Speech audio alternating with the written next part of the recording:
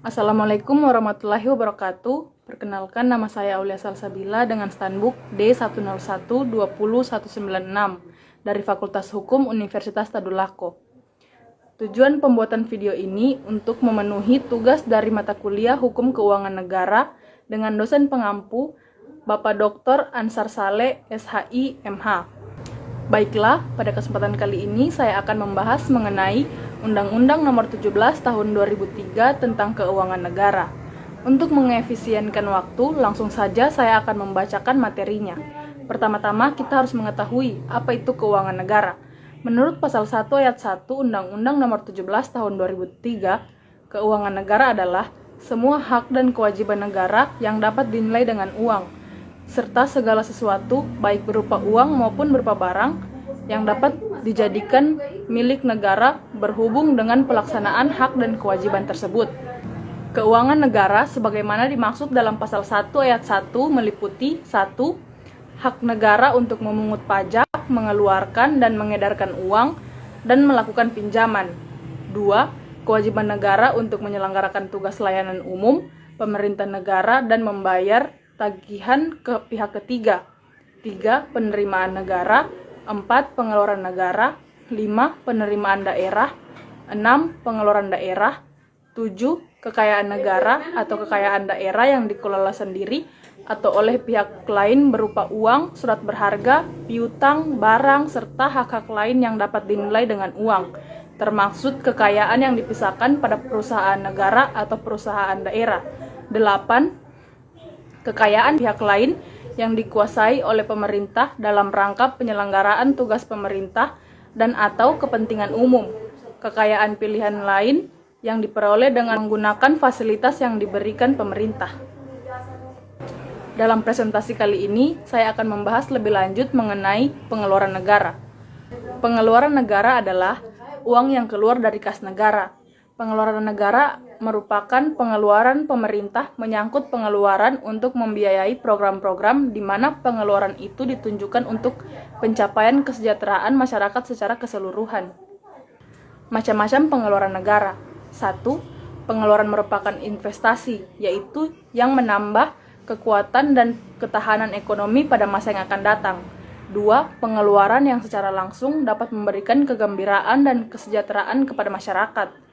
3. Pengeluaran yang merupakan penghematan untuk pengeluaran yang akan datang. 4. Pengeluaran untuk menyediakan kesempatan kerja yang lebih banyak dan penyebaran tenaga beli yang lebih luas. Penyebab peningkatan pengeluaran negara. Penyebab meningkatnya pengeluaran negara karena 1. Efek penggantian, yaitu adanya gangguan sosial yang menyebabkan aktivitas swasta dialihkan kepada aktivitas pemerintah. 2.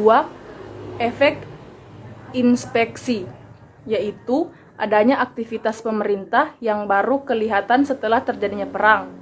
3. Efek konsentrasi, adanya gangguan sosial juga akan menyebabkan terjadinya konsentrasi kegiatan ke tangan pemerintah yang sebelumnya dilaksanakan oleh swasta. Dengan adanya ketiga efek tersebut menyebabkan bertambahnya aktivitas pemerintah sehingga setelah perang selesai, tingkat pajak tidak menurun kembali pada tingkat sebelumnya terjadi perang. Dengan demikian, dapat disimpulkan bahwa ketika masyarakat tidak ingin membayar pajak yang ditetapkan pemerintah, maka pemerintah tidak dapat meningkatkan pengeluaran, walaupun pemerintah senantiasa menaikkan pengeluarannya. Pengaruh pengeluaran negara terhadap perekonomian. 1. Sektor produksi. Pengeluaran negara secara langsung atau tidak langsung juga berpengaruh terhadap sektor produksi barang dan jasa. Pengeluaran pemerintah untuk mengadakan barang dan jasa akan berpengaruh secara langsung terhadap produksi barang dan jasa yang dibutuhkan pemerintah. 2. Sektor distribusi. Pengeluaran negara secara langsung atau tidak langsung berpengaruh terhadap sektor distribusi barang dan jasa. Misalnya, subsidi yang diberikan oleh masyarakat menyebabkan masyarakat yang kurang mampu dapat menikmati barang dan jasa yang dibutuhkan. Misalnya, subsidi listrik, pupuk, BBM, dan lain-lain. Sektor konsumsi masyarakat. Pengeluaran secara langsung dan tidak langsung dalam sektor konsumsi masyarakat juga berpengaruh. Dengan adanya pengeluaran pemerintah untuk subsidi, tidak hanya menyebabkan masyarakat yang kurang mampu dapat menikmati suatu barang atau jasa, namun juga menyebabkan masyarakat yang sudah mampu akan mengonsumsi barang dan jasa lebih banyak lagi. 4. Sektor keseimbangan perekonomian. Untuk mencapai target-target peningkatan PDB, pemerintah dapat mengatur alokasi dan tingkat pengeluaran negara, misalnya dengan mengatur tingkat pengeluaran negara yang tinggi, dan pemerintah dapat mengatur tingkat employment.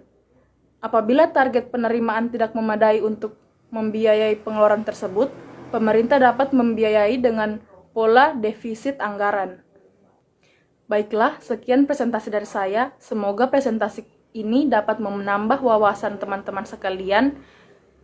Lebih dan kurangnya saya mohon maaf. Wabillahi taufiq wal hidayah. Wassalamualaikum warahmatullahi wabarakatuh.